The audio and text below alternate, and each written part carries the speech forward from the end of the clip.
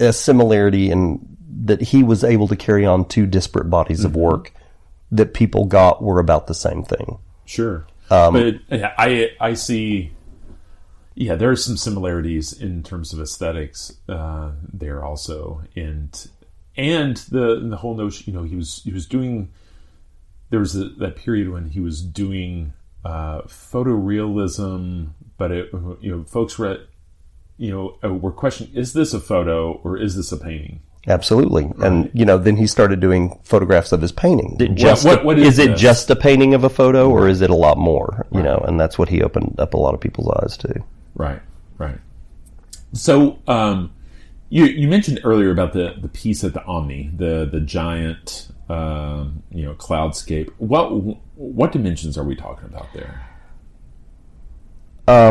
It's 3 stories. I think it's 24 foot wide, and I want to say it's 36 feet high, but it may be higher than that.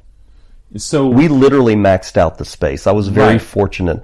That was one of the most wonderful, easy commissions because they contacted me and said, we have a spot for you at the Omni we'd like you to come look at. And when you think spot, you think, average size painting. And we put hard hats on and they pointed at this big 3-story wall and they said, we see a Kincaid cloud here. What do you see? And wow. I think the first word out of my mouth was an expletive, but the second word was yes. And then I sent them about 4 or 5 different prototypes. And we finally settled on one. So how was that executed in terms of what material is that on, and how did the image get on there? It is on a polyester material, heavyweight polyester material that is printed. It's the same material that outdoor banners that are on site, like the Calvin Klein ads in New York that are on the outsides of the building. And the thing that got me so excited about working in this material is, number one, we found actually out of state. Now we have one in state with the company I work with, but out of state we found a very high res printer that prints on that material with this lacquer-based ink. Right. Now the wonderful thing about this lacquer-based ink is it's rated for outdoor exposure for very long periods of time.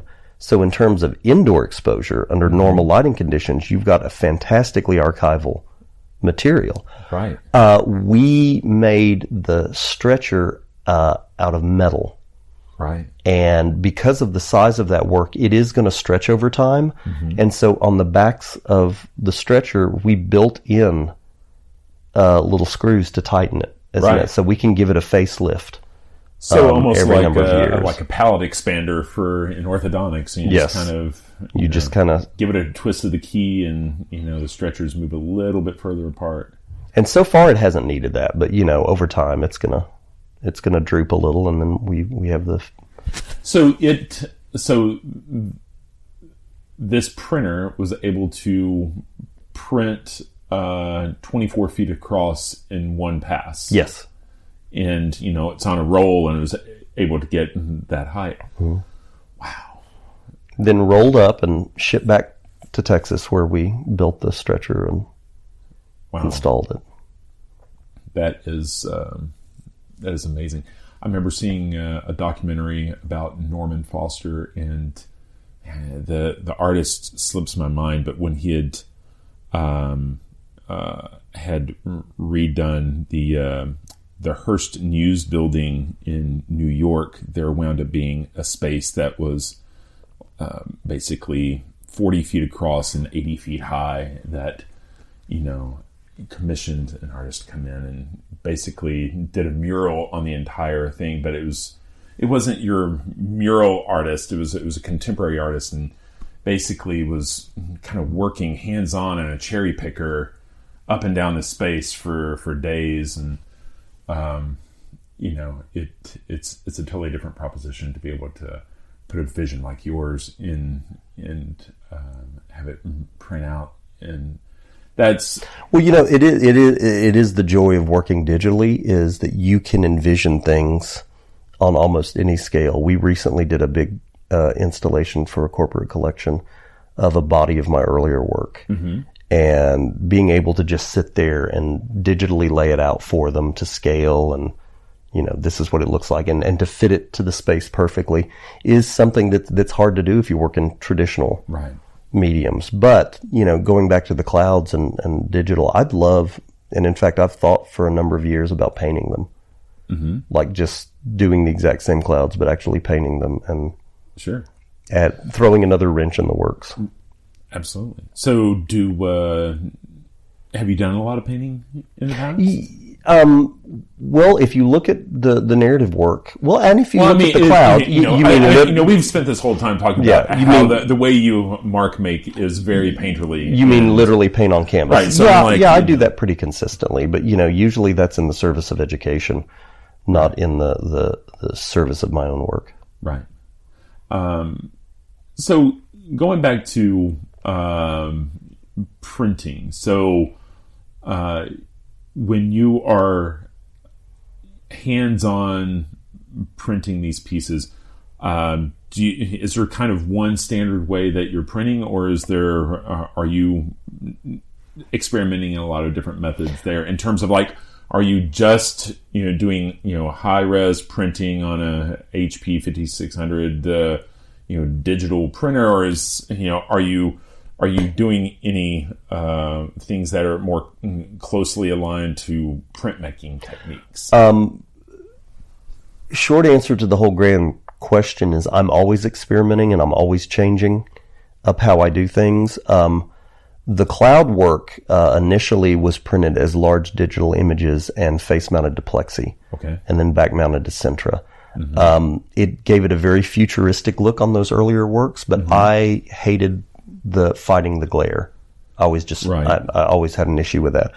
So once I found a high-res digital printer that could work on large canvas, it was much preferable to me to get those on canvas.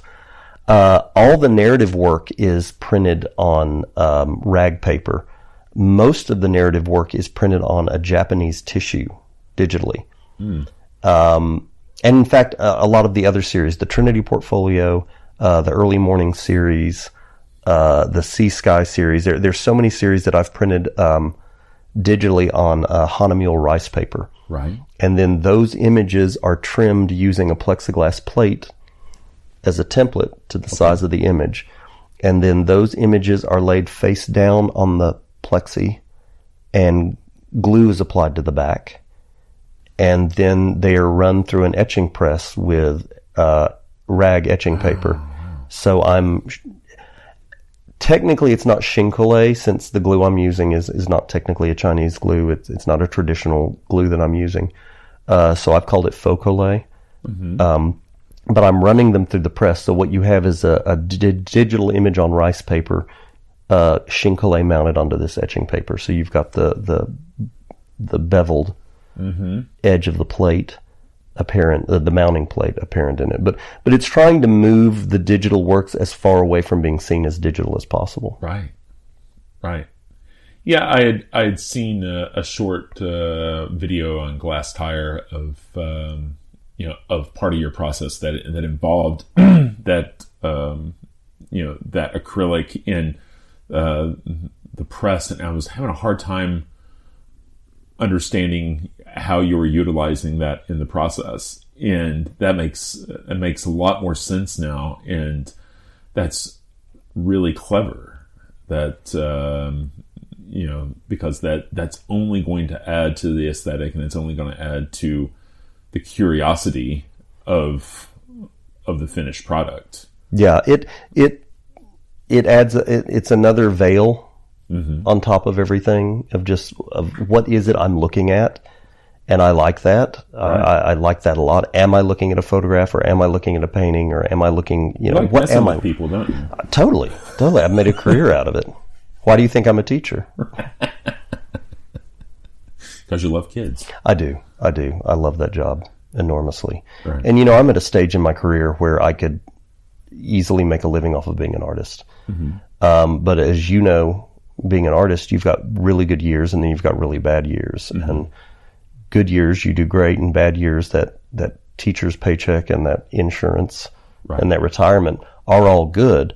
But the fact that I get a joy out of what I do in my second career as a teacher, that I think very few people get this joy out of a job that I get out of that. I absolutely look forward to going to school every day. And I know a lot of teachers that don't look forward to going to school every day. It was a conversation I had with my wife as recent as this morning, because she's an AP French teacher and I'm an AP art teacher, and we're both in high achieving districts with wonderful students and supportive administration, and it's like, they're going to have to drag us out of our jobs. I mean, absolutely. Why do you want to look somewhere else when you find some place where you feel like you're happy, you're being productive, there's a high intrinsic reward, in that you don't get at other levels. I've taught the university level extensively, and especially in the visual arts, when you're teaching at that level, the students you're dealing with have pretty much decided what they're going to do. So you're basically on the sidelines, smoking a cigarette, and, making a few adjustments. Right. The age that we teach, you were profoundly influential, and I am that teacher now that I wish I would have had. Right.